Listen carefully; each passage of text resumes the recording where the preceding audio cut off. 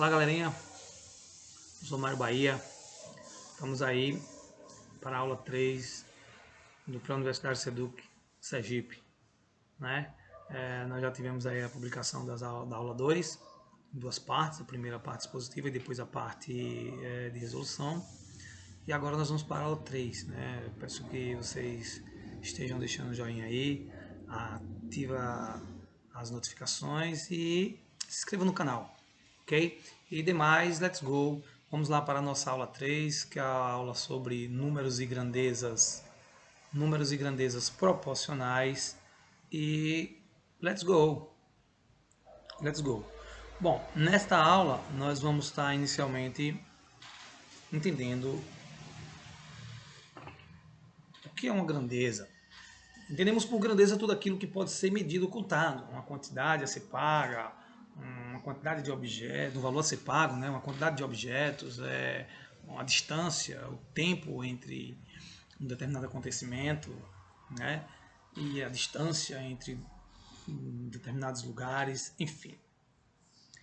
Uma razão, ela nada mais é do que um quociente entre dois valores, né? Onde o valor do denominador desse quociente ele é diferente de zero. Então, A está para B, ou A dividido por B é a forma que fazemos a leitura de uma razão, como descrito.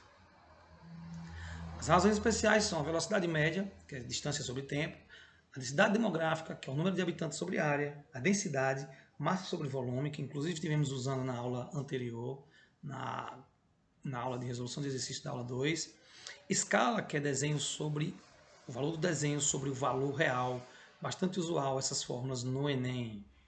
Proporção é uma igualdade entre duas razões. Os números A, B, C e D não nulo formam nessa ordem uma proporção. E a gente diz A está para B, assim como C está para D.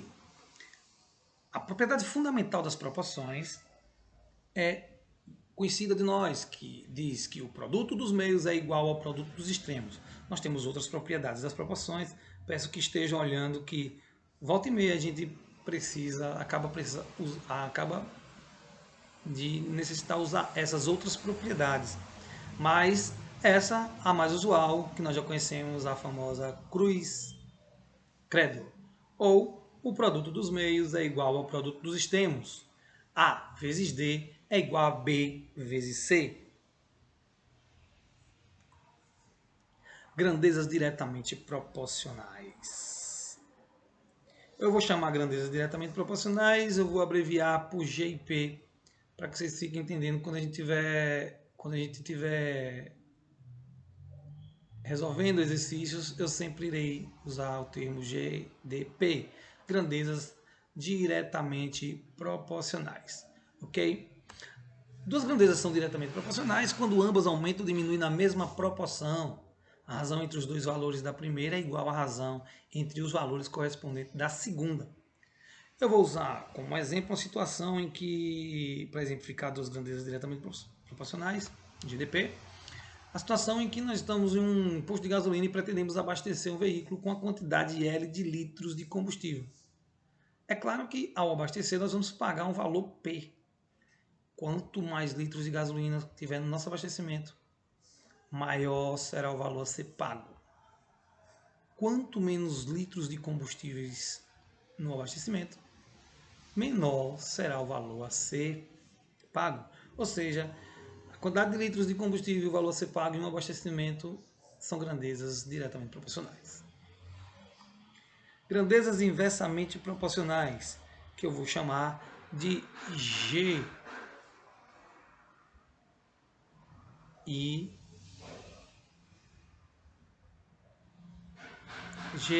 e P. Duas grandezas são inversamente proporcionais quando, à medida que uma aumenta, a outra diminui na mesma proporção. A razão entre os dois valores da primeira é igual ao inverso da razão entre os valores correspondentes à segunda. Então, eu vou usar como exemplo nessa situação uma viagem é um veículo em que nós vamos relacionar as grandezas velocidade dessa viagem e o tempo gasto nessa viagem. né? À medida que eu aumento a velocidade nesta viagem, eu tenho que o tempo dessa viagem irá diminuir. Da mesma forma, à medida que eu diminuo a velocidade dessa viagem, o tempo dessa viagem irá aumentar. Então, se eu diminuir a velocidade, o tempo irá aumentar. Então, essas duas grandezas nessa situação são ditas GP. Esse esquema é interessante porque é usual no Enem. Eu vou apresentar ele de uma maneira diferente. Eu diria, vamos tomar um valor S não constante, um valor S variável, e esse valor S seja dado por um valor R também variável, né, não constante, e vezes um alfa, e esse alfa sim constante, sobre um W não constante, né? Então, tem três valores não constantes aí, S, R e W. E tem uma constante alfa. Bom, pessoal, se eu for comparar S e R, a gente percebe que, à medida que eu aumentar o valor de R, o valor de S também aumenta. E à medida que eu diminuir, S diminui. À medida que eu diminuir R, S diminui. Então, eu digo que as grandezas S e R, elas são grandezas diretamente proporcionais. Já se eu comparar S e W, né, a gente percebe que se eu aumentar W aqui, como é uma fração, esse valor tende a diminuir. À medida que aumentar o valor de W, esse valor tende a diminuir. Logo, esse produto também vai ser cada vez menor à medida que aumentar esse W. Então, se nós determinarmos um valor constante para R, alfa constante, à medida que eu aumentar esse alfa, esse produto vai diminuir. Ou seja, à medida que eu aumentar alfa, ou que eu aumentar W, S vai diminuir. Porque ao aumentar W, essa fração irá ficar, cada vez que eu aumentar W, essa fração ficará cada vez menor. Logo, W e S são grandezas inversamente proporcionais, são GP.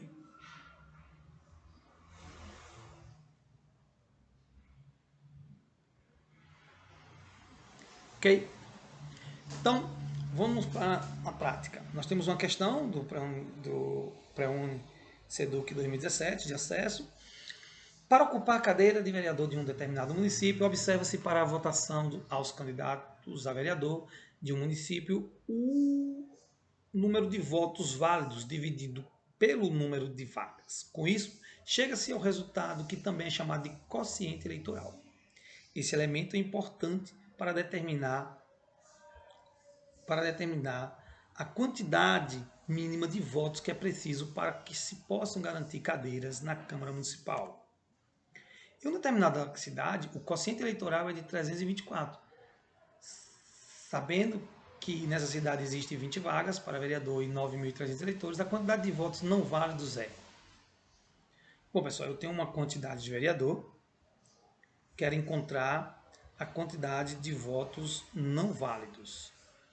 Bom, se eu soubesse a quantidade de votos válidos, eu faço a diferença entre 9.300 menos a quantidade de votos válidos, e aí eu tenho então a quantidade de votos não válidos. Ok? Então, como é que eu vou fazer para encontrar essa quantidade de votos válidos? Basta apenas lembrar que no início do texto foi dito que o quociente eleitoral ele é dado pela divisão entre o número de votos válidos pelo quociente eleitoral, ou pela quantidade de vagas. Quando eu divido o número de votos válidos pela quantidade de vagas, eu encontro o quociente eleitoral, que neste caso é 324. Então, eu chamei esse X de quantidade de votos válidos.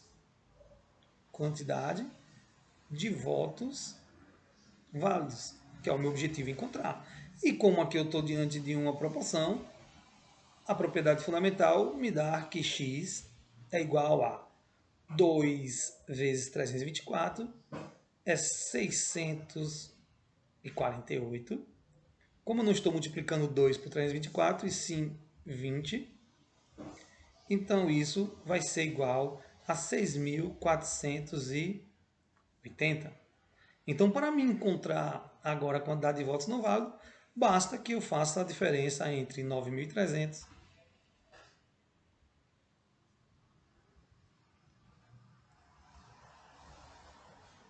e a diferença entre 9.300 e a quantidade de votos válidos, que é 6.480. E depois das devidas continhas feitas, nós encontramos que esse valor é 2.820. Ou seja, letra